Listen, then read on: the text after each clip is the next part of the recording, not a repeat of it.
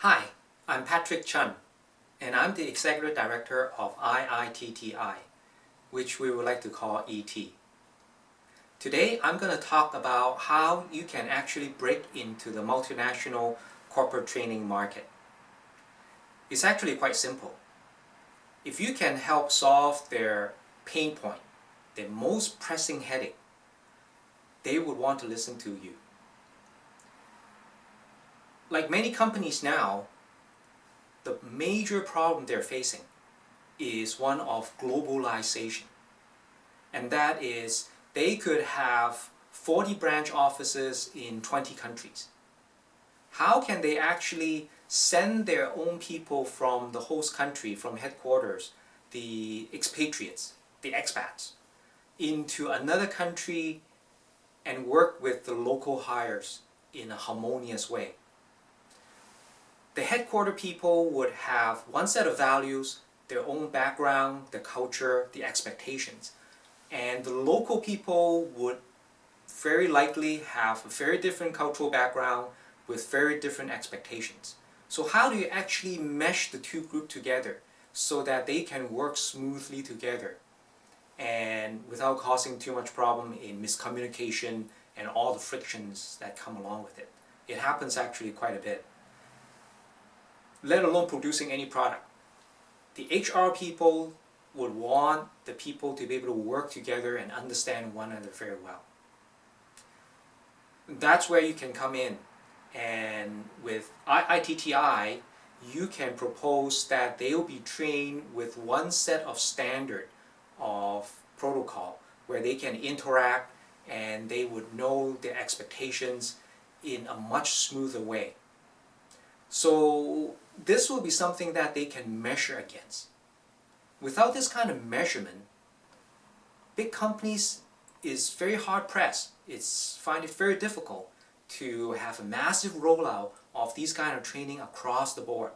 So the standardization that ET allows you would allow you to break into this area and solve the major problem there. And that is one of standardized measurement. Without any kind of standard, they cannot measure it. Without any kind of measurement possible, they will not do anything. And that is what is happening now with a lot of companies, is that yes, they may hire you to train at one location there, but what about the 39 other branch offices? Who are they going to train? Who are they going to hire? Who are they going to say this is the standard? Are they going to base your curriculum as a standard, or based on other people that they want to hire in other location as the standard? So a global standard would really help them in that regard. That's problem number one. Problem number two is repeatability. How can they actually repeat the same thing in the other branch offices? So that would be something that you can think about, and if you can collaborate with some of your friends in other countries, you can form a group, a consortium I call it, and you can go to the company and say, I have a turnkey solution for you, an end-to-end solution in all the different countries, and they would all be trained in a consistent manner there.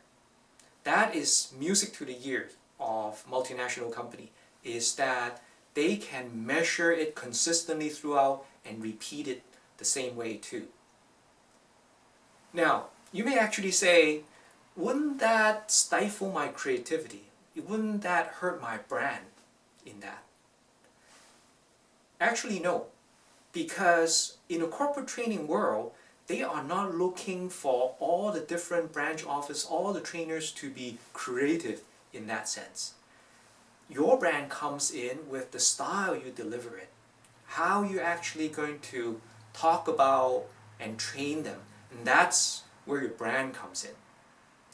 Your creativity also has a place in this market there, and that is after the massive training, after the across-the-board standardized training based on ET, some of the middle managers, some of the senior managers may actually want to have one-on-one training from you So that's where your creativity, your tailor-made product, your tailor-made services can come in a big way, because that's where something that you are so familiar with is one-on-one or small group training in that.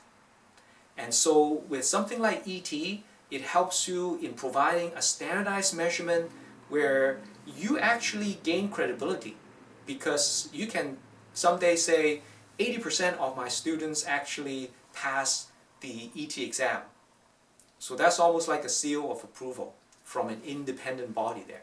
So it eliminates the conflict of interest right now, where you go in there, you train them, and you may assess them, and then you give them a certificate. So there's a conflict of interest, and as somebody who's going to hire you, they're going to have a doubt in their mind whether your training is really up to par or not.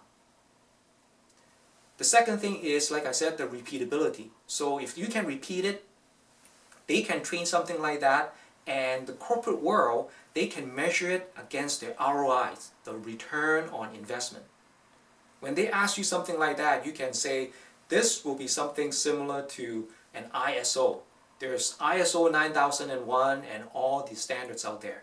And companies understand that because it helps them in gaining credibility with the market. When a company can say they are ISO such and such certified, they have more credibility, because it shows the world that their process is up to an international quality control.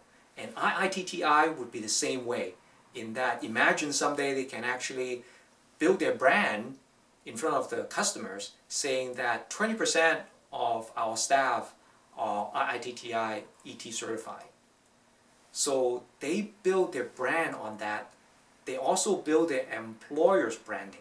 So when they go out and hire people, they can say that we give preference to people who have the IITTI, the ET certification there.